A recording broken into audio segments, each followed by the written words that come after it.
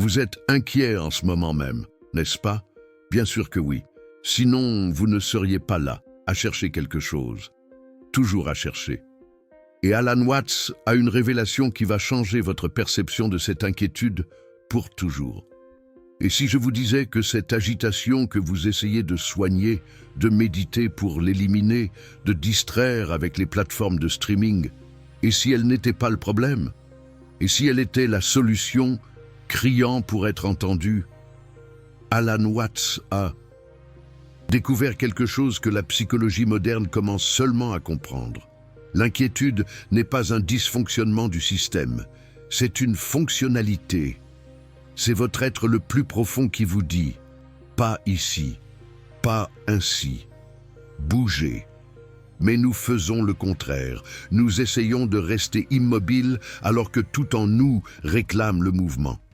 C'est comme retenir sa respiration et se demander pourquoi on étouffe. L'inquiétude n'est pas le problème. La résistance à l'inquiétude, voilà le problème. Sentez cela maintenant. Cette sensation que vous devriez être ailleurs, faire autre chose, être une autre personne. La société appelle cela de l'anxiété, un épuisement professionnel, un mal du siècle. Elle prescrit des médicaments, une thérapie, de la pleine conscience. Mais Alan Watts voyait les choses différemment. Il voyait des millions de personnes assises dans des bureaux, dans des relations, dans des vies qui ne sont pas les leurs, essayant de se convaincre que l'inquiétude est le problème, alors qu'en réalité, l'inquiétude est le signal d'alarme et nous désactivons l'alarme au lieu de sortir du bâtiment en feu. C'est comme cette histoire de l'homme qui va chez le médecin. « Docteur, ça me fait mal quand je fais ça. » Et le médecin répond « Alors ne faites pas ça. Simple, évident. » Mais nous compliquons. « Docteur, je suis inquiet dans ce travail. Alors partez. » Mais je ne peux pas parce que...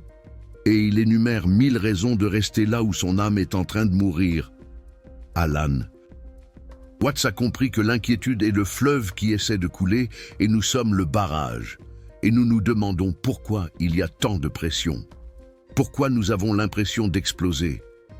Le fleuve n'a rien de mal à vouloir couler. Le barrage a tort de résister. Permettez-moi de vous parler d'Antoine, un cadre supérieur à succès. Tout ce que la société dit que vous devriez vouloir, un salaire à 6 chiffres, une grande maison, la voiture de l'année et une inquiétude qui le réveillait à 3 heures du matin tous les jours en sueur. Il a tout essayé, le yoga, la méditation, la psychothérapie, le coaching, les plantes médicinales. L'inquiétude persistait, comme une idée fixe, comme un fantôme qu'il ne pouvait pas exorciser. Puis il a trouvé une conférence d'Alan Watts, et Watts a dit quelque chose qui l'a stoppé. L'inquiétude, c'est la vie qui essaie de vivre à travers vous. Lorsque vous la bloquez, vous bloquez la vie elle-même. Antoine a réalisé qu'il avait passé 15 ans à construire une prison parfaite. Chaque promotion était une barreau de plus, chaque réussite, un cadenas de plus. Et l'inquiétude, c'était son âme qui frappait au barreau. Watts explique avec une métaphore parfaite. Imaginez une graine, enterrée dans le sol, sombre, serrée, inconfortable. La graine ressent de l'inquiétude. Elle veut percer, elle veut pousser, elle veut se déplacer vers la lumière. Maintenant, imaginez si la graine pensait « Non, je dois me calmer. Je dois accepter où je suis. Je dois méditer sur le fait d'être dans le noir. » La graine mourrait, elle ne deviendrait jamais un arbre. Nous sommes la graine, l'inquiétude et l'impulsion de grandir. Et nous passons notre vie à essayer de rester des graines parce que nous avons peur de briser la coque. Antoine a pris une décision que tout le monde a qualifiée de folie. Il a quitté son emploi, il a vendu sa maison, il a pris un sac à dos, il est parti voyager, sans plan, sans destination. Simplement en suivant l'inquiétude. Comme une boussole, vous faites une crise, lui ont dit ses amis. Oui, a-t-il répondu. Crise vient de crisis en grec. Cela signifie moment décisif. Je suis enfin en train de décider. 6 mois plus tard, Antoine était dans un café à Annecy. Il écrivait quelque chose qu'il avait toujours voulu faire mais qui n'était pas pratique. L'inquiétude avait-elle disparu? Non. Elle s'était transformée d'alarme en moteur, de problème en propulseur. Alan Watts utilise une autre analogie brillante. Le bambou, il pousse de 30 mètres en 6 semaines, mais il passe 5 ans à construire ses racines. Pendant 5 ans, on dirait que rien ne se passe. L'inquiétude grandit. Pourquoi je ne pousse pas? Mais le bambou n'est pas immobile. Il se prépare. L'inquiétude n'est pas de l'impatience. C'est de la préparation. C'est la vie qui dit « presque là ». Continuez à bouger, même si c'est sous terre. Maintenant, Watts fait une distinction cruciale. Il y a 2 types de mouvements. Le mouvement de l'ego, toujours, en train de courir vers quelque chose, et le mouvement du Tao, toujours en train de couler avec quelque chose. L'ego se déplace parce qu'il veut arriver. Le Tao se déplace parce que bouger est sa nature. Comme l'eau ne descend pas la montagne pour arriver à l'océan, elle descend parce que descendre est ce que fait l'eau. Lorsque Antoine était au bureau, il se déplaçait contre sa nature, comme de l'eau essayant de monter, possible avec beaucoup d'énergie, mais épuisant, insoutenable. Quand il a suivi son inquiétude, il a commencé à se déplacer avec sa nature, comme de l'eau qui trouve son niveau, sans effort. Wu Wei, l'action sans action dont Watts parlait tant. Mais voici le paradoxe qui brise l'esprit occidental. L'inquiétude ne vous dit pas d'aller quelque part. Elle vous dit que vous êtes déjà en mouvement et que vous y résistez. Pensez-y. La Terre tourne à 1600 km/h. Elle orbite autour du Soleil à 107 000 km/h. Le système solaire traverse la galaxie à 720 000 km/h. Vous êtes en mouvement cosmique constant. L'inquiétude survient lorsque vous essayez de rester immobile dans un univers en mouvement. C'est comme essayer de rester immobile sur un tapis roulant. Plus vous résistez, plus vous dépensez d'énergie. Plus vous êtes inquiet. Le secret n'est pas d'arrêter le tapis roulant, c'est de bouger avec lui. Watts raconte l'histoire du maître zen qui a demandé « Que faites-vous quand vous avez faim ? Je mange. Et quand vous avez sommeil, je dors. Et quand vous êtes inquiet, je bouge. » Si simple que ça paraît idiot, si évident que nous l'ignorons. Nous cherchons la réponse complexe alors que la réponse est l'évidence que nous ne voulons pas accepter. Alan Watts aimait la musique et il utilisait une métaphore parfaite. La vie n'est pas une mélodie avec un début, un milieu et une fin, c'est du jazz, de l'improvisation. Et l'inquiétude, c'est lorsque vous jouez la mauvaise note. Non pas parce qu'il existe une note juste ou une note fausse, mais parce qu'il existe la note qui résonne avec votre être en ce moment.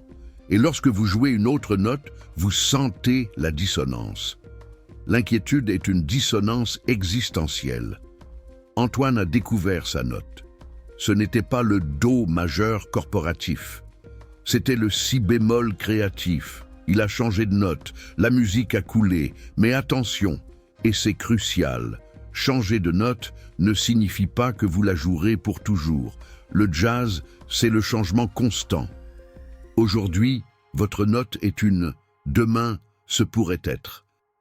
Une autre, la maîtrise n'est pas de trouver la note, c'est d'être sensible à la note que le moment exige. Watts va plus loin. Et s'il n'y avait pas de problème à résoudre, et si l'inquiétude n'était pas quelque chose à guérir mais à honorer? L'Occident a créé une industrie milliardaire pour guérir l'inquiétude. Médicaments, thérapie, retraite, application de méditation, tous promettant la paix, le calme, la sérénité. Mais Watts demande, et si la paix n'était pas l'absence de mouvement, mais l'harmonie avec lui? Et si le calme n'était pas de l'eau stagnante, mais une rivière coulant doucement?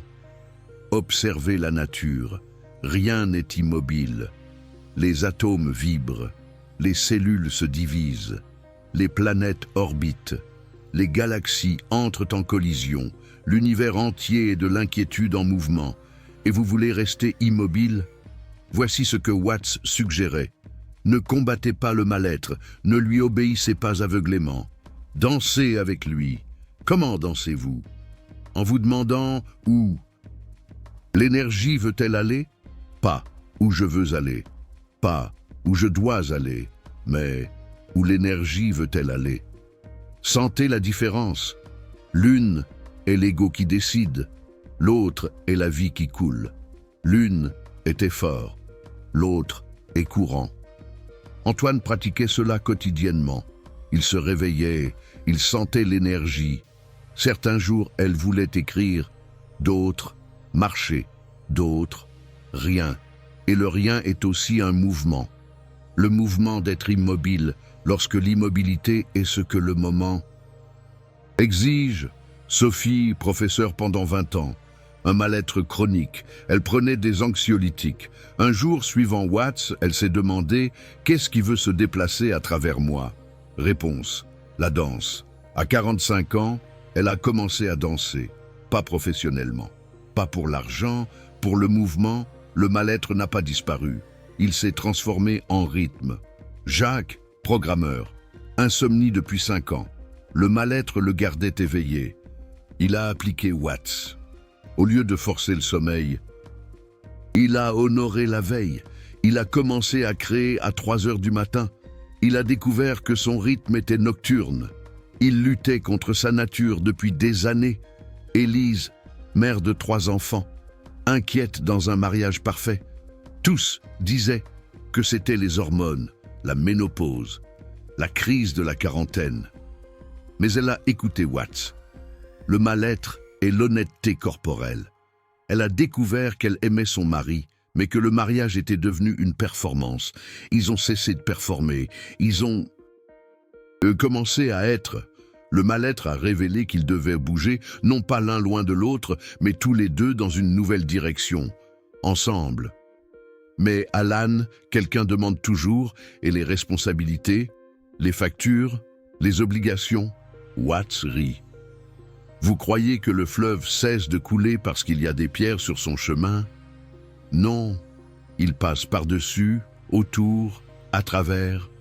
Parfois, il emporte même les pierres avec lui. Le fleuve ne nie pas les obstacles. Il les inclut dans son flux. Le mal-être ne vous dit pas d'abandonner tout. Il vous dit d'inclure tout dans le mouvement. Payez les factures, en mouvement. Remplissez vos obligations, en coulant. Travaillez, en dansant.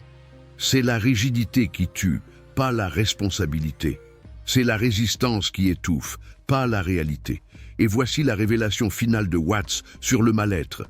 Prenez garde car cela change tout. Le mal-être ne vous appartient pas. Il appartient à la vie. Vous n'avez pas de mal-être. Le mal-être vous a. Vous êtes l'instrument par lequel la vie exprime son désir de mouvement.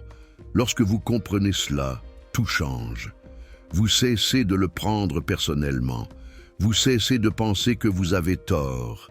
Vous cessez d'essayer de réparer. Vous commencez à vous demander « Comment puis-je servir ce mouvement ?»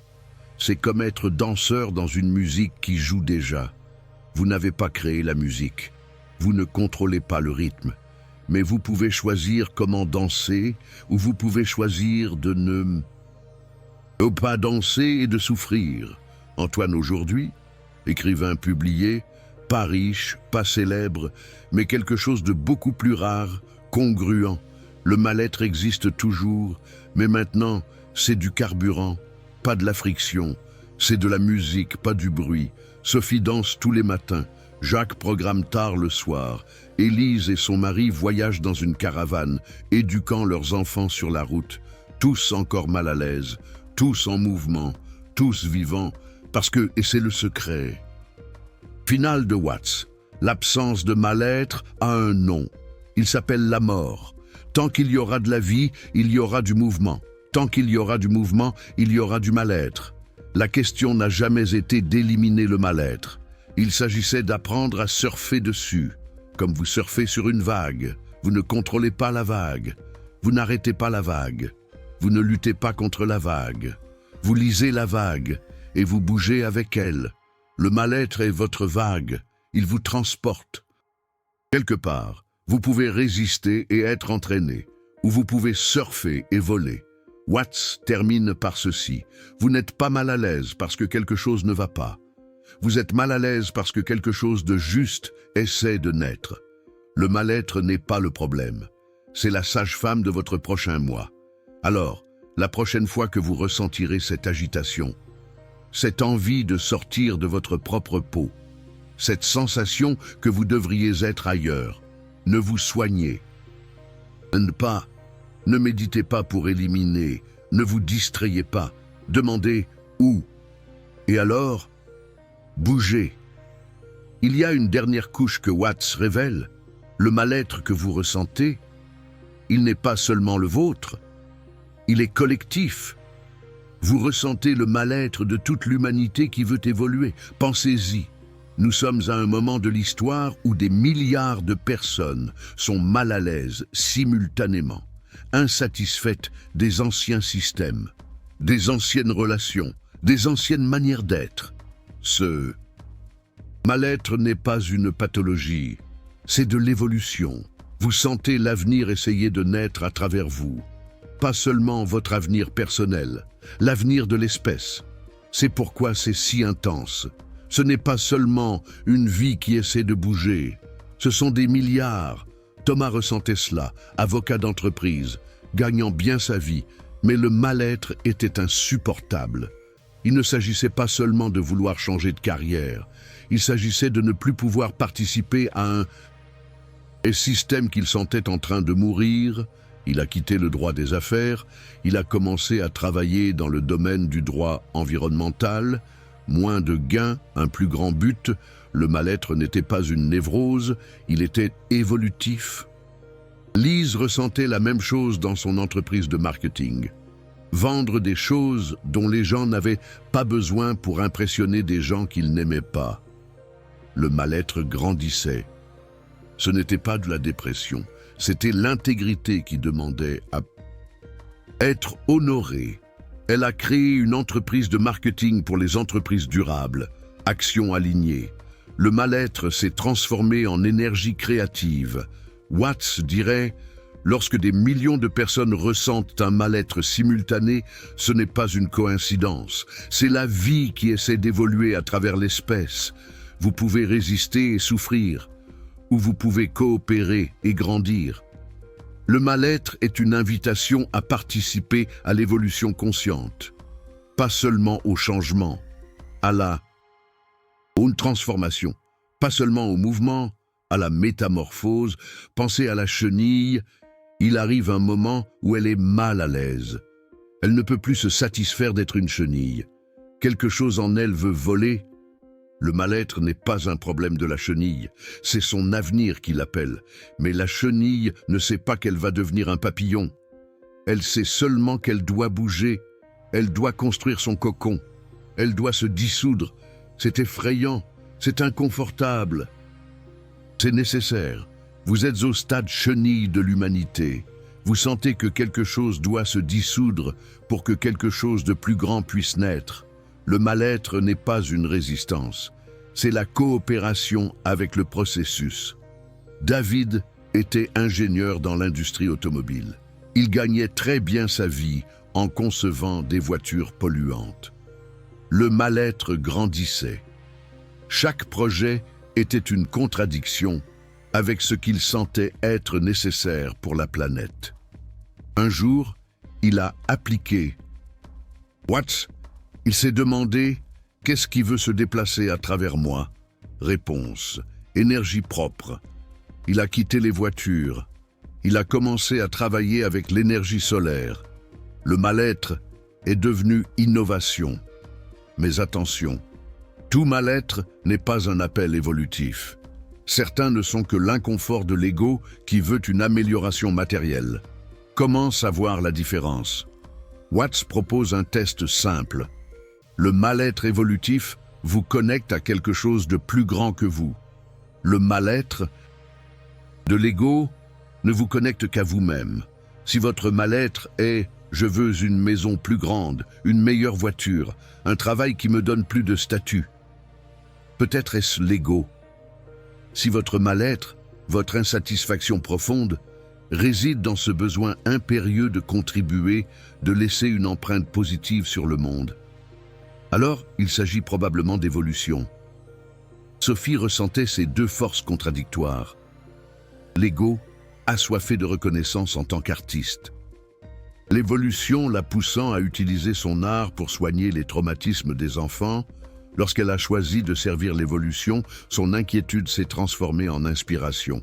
L'ego veut agir pour obtenir quelque chose. L'évolution veut agir pour exprimer quelque chose. L'un est une prise, l'autre un don.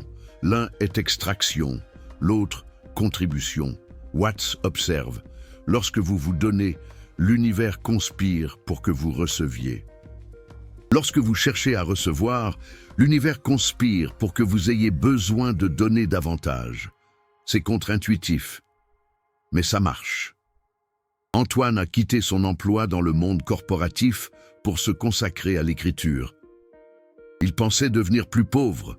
Aujourd'hui, il gagne plus en tant qu'écrivain qu'il ne gagnait en tant que cadre supérieur. Mais ce n'était pas l'objectif. C'était une conséquence. Chloé a quitté sa salle de classe pour danser. Elle pensait ne plus avoir d'argent. Aujourd'hui, elle enseigne la danse thérapeutique et gagne plus qu'en tant que professeure. Mais l'argent n'était pas le but. C'était un effet secondaire. L'inquiétude évolutive possède une signature particulière. Elle ne promet pas la réussite matérielle. Elle promet l'intégrité. Elle ne garantit pas la facilité. Elle garantit la congruence. Elle n'offre pas de sécurité extérieure. Elle offre une authenticité intérieure. Et voici le paradoxe. Lorsque vous choisissez l'intégrité plutôt que la sécurité, vous obtenez souvent les deux. Lorsque vous choisissez la sécurité plutôt que l'intégrité, vous perdez souvent les deux. Parce que la sécurité basée sur l'incongruence est insoutenable. C'est comme construire une maison sur le sable. Elle semble solide jusqu'à la première tempête. Robert a travaillé 20 ans dans une banque. Sécurité totale. Assurance maladie. Retraite garantie. Et l'inquiétude grandissait jusqu'à devenir un syndrome de panique. La sécurité le tuait lentement. Il a appliqué les enseignements de Watts. Il a quitté la banque. Il a ouvert une fleuriste. Moins de sécurité financière. Plus de sécurité existentielle. Les crises de panique ont disparu. L'inquiétude s'est transformée en enthousiasme. Watt explique. La vraie sécurité ne vient pas du contrôle des circonstances extérieures. Elle vient de la confiance en votre capacité à danser avec n'importe quelle circonstance. Lorsque vous vous laissez guider par l'inquiétude évolutive, vous développez cette capacité. Vous devenez un surfeur des vagues de la vie. Les vagues changent. Votre capacité à surfer s'améliore. De plus, il y a ce que Watts appelait l'intelligence de l'univers. Il observait, lorsque vous coopérez avec l'évolution, des forces invisibles coopèrent avec vous. Ce n'est pas du mysticisme, c'est de l'écologie. Vous faites partie d'un système intelligent. Lorsque vous agissez en faveur du système, le système agit en votre faveur. Lorsque vous agissez contre le système, vous rencontrez de la résistance.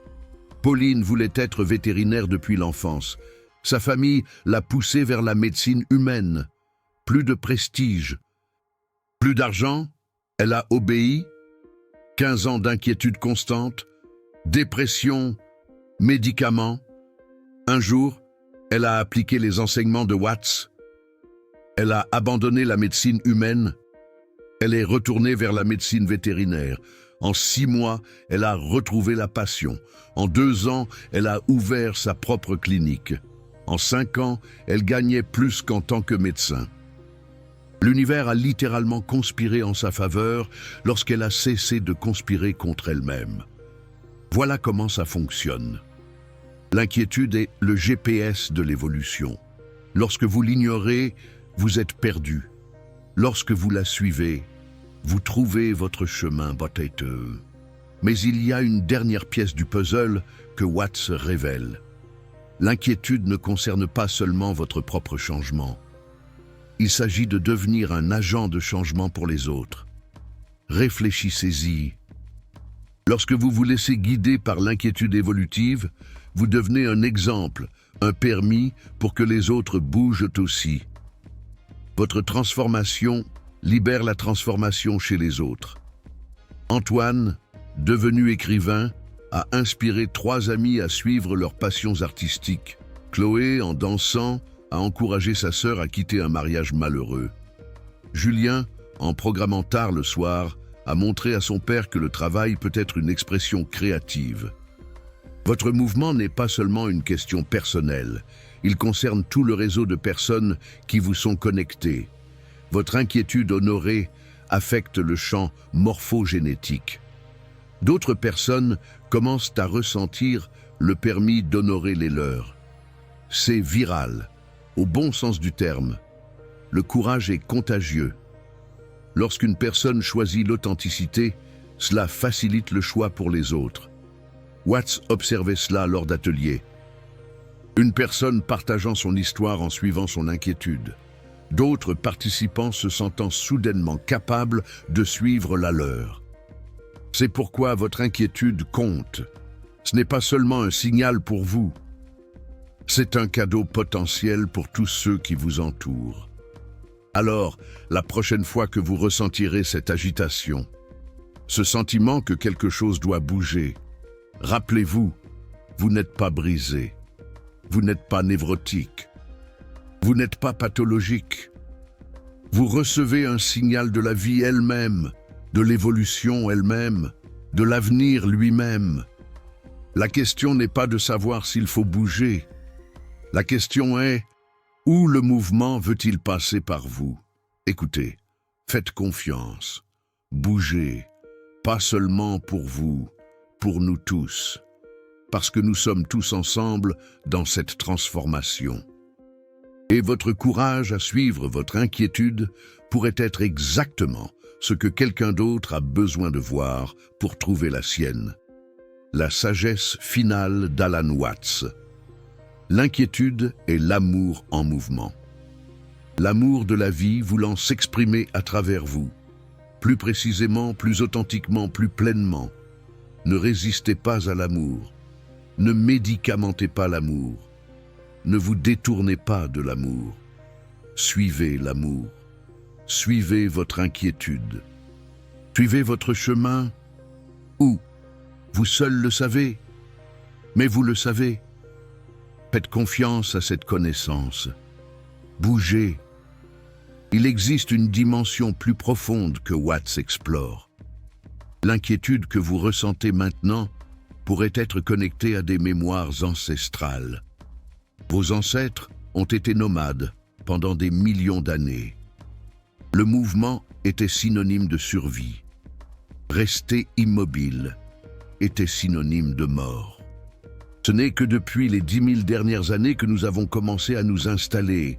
Agriculture, villes, bureaux, cubicles. Mais génétiquement, nous sommes toujours des chasseurs-cueilleurs. L'ADN n'a pas été mis à jour pour une vie sédentaire. Le docteur Richard Louv appelle cela le Nature Deficit Disorder. Watts l'appellerait un mouvement déficit disorder. Nous avons été conçus pour marcher 20 km par jour. Pour explorer, pour découvrir, pour bouger. Audrey était gestionnaire dans une compagnie d'assurance. Elle ressentait une inquiétude constante au bureau. Elle a découvert que des promenades d'1 heure dans la nature éliminaient son agitation. Ce n'était pas de la thérapie, c'était de la biologie. Elle a négocié un travail à distance. La moitié de son temps passé à marcher sur des sentiers. Sa productivité a augmenté de 40%. Sa créativité a explosé. L'entreprise a adopté des walking meetings pour toute l'équipe. Le mouvement n'est pas un luxe, c'est une nécessité. Ce n'est pas une récompense après le travail, c'est le carburant du travail. Mais voici où cela devient intéressant.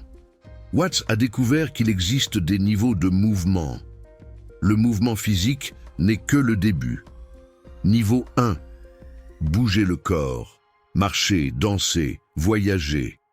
Niveau 2, bouger l'esprit. Apprendre, créer, explorer des idées. Niveau 3, bouger le cœur, aimer, se connecter, exprimer ses émotions. Niveau 4, bouger l'esprit, servir, contribuer, transcender l'ego. La plupart des gens s'arrêtent au niveau 1. Certains atteignent le niveau 2, peu accèdent au niveau 3 et 4. Mais c'est là que la véritable transformation se produit. Antoine était coach sportif, maître du mouvement de niveau 1, mais un profond mal-être persistait. Il découvrit qu'il devait aussi faire bouger son cœur. Il commença à travailler avec des personnes handicapées. L'entraînement physique devint guérison émotionnelle. L'insatisfaction profonde se transforma en accomplissement. Jennifer était chercheuse, experte du mouvement de niveau 2, l'exploration mentale, mais elle se sentait vide. Elle appliqua les enseignements de Watts. Elle commença à faire du bénévolat, à enseigner les sciences à des enfants défavorisés. Mouvement de l'esprit, tout s'emboîta. La forme la plus profonde de mouvement dont parle Watts est ce qu'il appelle la dissolution de l'ego. Aller au-delà de l'identification avec le soi limité pour s'identifier au soi supérieur. Cela semble mystique, mais c'est en réalité pratique. Lorsque vous cessez de penser que vous êtes un individu séparé, luttant pour survivre, et que vous commencez à vous expérimenter comme une expression de l'intelligence universelle, le mouvement devient sans effort. C'est comme une rivière découvrant qu'elle fait partie de l'océan. Soudain, couler n'est plus une lutte. C'est l'expression naturelle de ce que vous êtes. Marc était trader, très prospère mais chroniquement agité. Son ego luttait constamment contre le marché, essayant de contrôler les résultats. Le niveau de stress était insupportable. Un jour, il appliqua la perspective de Watts. Au lieu de lutter contre le marché, il commença à suivre son flux. Au lieu d'essayer de contrôler les résultats, il se concentra sur l'expression naturelle de ses compétences. Le trading devint une danse au lieu d'une guerre. Les profits augmentèrent, le stress disparut. Mais peut-être plus important encore, Watts enseigne que le vrai mouvement ne consiste pas à aller quelque part. Il s'agit de devenir davantage soi-même. Pensez aux arbres. Ils ne se déplacent pas beaucoup dans l'espace, mais ils poussent constamment, se dirigeant vers la lumière, étendant leurs racines, atteignant le ciel, mouvement sans locomotion. Vous n'avez peut-être pas besoin de quitter votre emploi. Vous avez peut-être besoin de l'aborder différemment. Le mouvement peut être interne. Changez la façon dont vous vous présentez, pas l'endroit où vous vous présentez. Patricia était infirmière dans un hôpital. Elle aimait aider les gens, mais le système était épuisant. Au lieu de quitter les soins infirmiers, elle changea son approche. Elle commença à voir chaque patient comme une rencontre sacrée. Le travail devint une pratique spirituelle. Même emploi, expérience complètement différente. C'est ce que Watts entend par danser avec l'agitation au lieu de la combattre ou de la suivre aveuglément. Vous apprenez à faire la distinction entre l'agitation de l'ego qui veut s'échapper et l'agitation évolutive qui veut s'exprimer. L'agitation de l'ego dit « Je déteste ça. Je veux sortir. J'ai besoin de quelque chose de différent. » L'agitation évolutive dit « Comment puis-je apporter mes dons plus pleinement à cette situation ?» L'une consiste à fuir, l'autre à avancer. Parfois, une situation n'est vraiment pas alignée et vous devez partir. Mais parfois, la situation est le contenant parfait pour votre croissance et changer d'approche est ce qui est nécessaire. La sagesse consiste à apprendre à faire la différence. Watts propose un test simple. Le mouvement potentiel vous rapproche-t-il de votre véritable moi ou vous en éloigne-t-il? Accroît-il votre capacité à servir ou la réduit-il? Honore-t-il votre nature ou vous force-t-il à être quelque chose que vous n'êtes pas? Si le mouvement vous aligne plus profondément avec la vérité, il est probablement évolutif. Si le mouvement est simplement l'ego recherchant le confort ou le statut, il ne l'est probablement pas. Robert était PDG d'une entreprise familiale, réussi mais écrasant pour l'âme. Deux options, quitter complètement l'entreprise ou la transformer de l'intérieur. Il choisit la transformation. Il commença à intégrer des pratiques de développement durable, des programmes de bien-être des employés, le partage des bénéfices. La culture d'entreprise a complètement changé. Les profits ont augmenté. Robert a trouvé un but sans partir. Parfois, le meilleur mouvement consiste à rester sur place et à changer tout ce qui concerne votre façon de vous tenir. D'autres fois, partir est la seule option. La sagesse consiste à savoir ce qui s'applique quand, mais il y a une chose qui est toujours vraie. Honorer l'agitation plutôt que de la soigner, de la distraire ou de la forcer à la soumission. Car en fin de compte, ce que Watts a découvert, c'est que l'agitation est la force vitale elle-même. C'est l'énergie de la conscience qui s'explore à travers vous. Lorsque vous l'honorez, vous honorez la vie. Lorsque vous la niez, vous niez votre propre vitalité. Cela ne signifie pas être impulsif. Cela ne signifie pas abandonner ses responsabilités. Cela signifie trouver des moyens de laisser la vie vous traverser tout en respectant vos engagements. Parfois, il s'agit d'une transition progressive. Parfois, d'un changement soudain. Parfois, d'une révolution interne. Parfois, d'une aventure externe. Mais toujours, il s'agit de dire oui à la vie plutôt qu'à la mort, au mouvement plutôt qu'à la stagnation, à la croissance plutôt qu'à la décomposition, au devenir plutôt qu'à l'être. Dernier élément que Watts révèle, votre agitation ne concerne pas seulement vous, il s'agit de l'avenir qui essaie d'émerger à travers vous. Chaque génération est confrontée à des défis que les générations précédentes n'ont pas pu résoudre. Votre agitation pourrait être l'évolution qui vous prépare à contribuer à des solutions dont nous ne savons même pas encore que nous avons besoin. Le changement climatique, les inégalités, la crise de la santé mentale, le déplacement technologique. Ces défis exigent de nouvelles façons de penser, d'être, de travailler. Votre agitation pourrait vous préparer à faire partie des solutions, pas nécessairement par de grands gestes, en devenant celui que vous devez être pour contribuer à ce que vous seul pouvez contribuer. La danse-thérapie de Sarah aide les survivants de traumatismes. Les écrits de Michel inspirent des changements de carrière. La programmation de Jacques crée des outils pour la santé mentale. Chacun a suivi son agitation sans savoir où cela le mènerait. Chacun a fini par contribuer à la guérison des besoins du monde. Peut-être que votre agitation vous appelle à devenir le guérisseur que vous avez toujours été, l'enseignant que vous êtes destiné à être, l'artiste dont le monde a besoin pour voir les choses différemment, l'entrepreneur qui crée une entreprise qui sert plutôt qu'elle n'exploite. Vous ne le saurez pas tant que vous n'aurez pas bougé. Mais voici ce que Watts promet.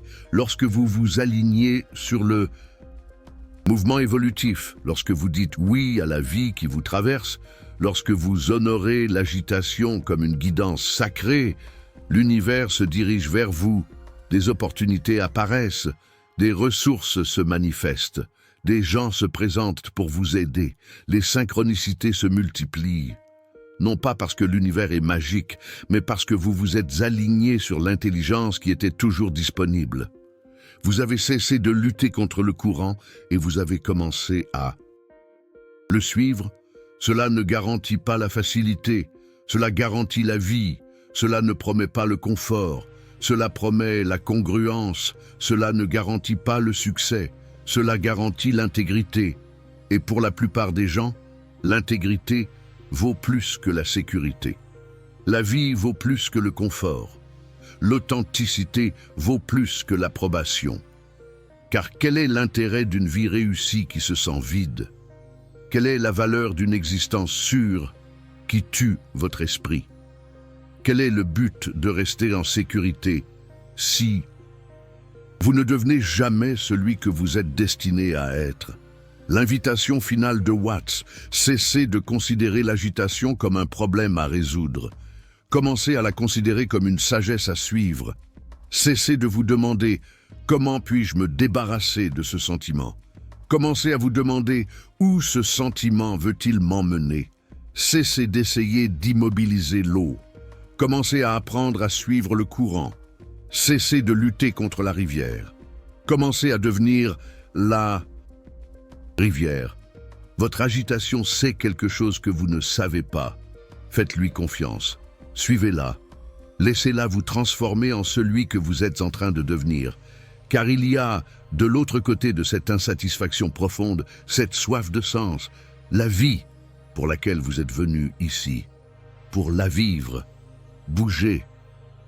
Ce mal-être, cette quête incessante, n'est-ce pas le signe même d'une existence qui cherche à s'épanouir pleinement? Une existence qui refuse la stagnation, la médiocrité, le confort moribond d'une vie sans saveur. Imaginez, Annecy, au coucher du soleil, les montagnes se reflètent dans le lac. Une paix profonde, mais aussi une énergie latente, bouillonnante. C'est cette tension, ce paradoxe, cette dialectique entre le calme et le mouvement, qui est au cœur même de l'existence. Nietzsche parlait de la volonté de puissance, Sartre de l'engagement, Camus de l'absurde. Autant de réflexions sur cette tension intrinsèque à l'être humain, cette soif d'aller au-delà, et si cette inquiétude, ce sentiment d'inachèvement, était en fait la boussole intérieure qui vous guide vers votre véritable chemin, vers votre propre œuvre d'art, votre si bémol personnel, unique, irremplaçable. Ne cherchez pas à échapper à cette tension, à la dompter, à la maîtriser. La vivez, ressentez-la, dansez avec elle. Elle est la source même de votre créativité, de votre énergie vitale. Laissez-vous porter par le courant, même si cela vous semble parfois déroutant, même si cela vous fait sortir de votre zone de confort, même si cela vous fait trébucher. C'est dans ces moments de crise, de rupture, que vous apprenez le plus sur vous-même. Comme le jazz, imprévisible, spontané, mais toujours riche en émotions, en nuances, en profondeur. C'est cette improvisation, cette acceptation de l'imprévu, qui vous permettra de libérer votre potentiel. Le Tao, l'action sans action, le Wu Wei. C'est l'art de s'aligner sur le courant de la vie, de laisser les choses se dérouler naturellement, sans forcer, sans résistance, et en même temps d'agir avec intention, avec conscience, un équilibre délicat, un art de vivre. Alors, bougez, osez, explorez, trouvez votre propre rythme, votre propre harmonie. La vie vous attend, de l'autre côté de votre insatisfaction profonde.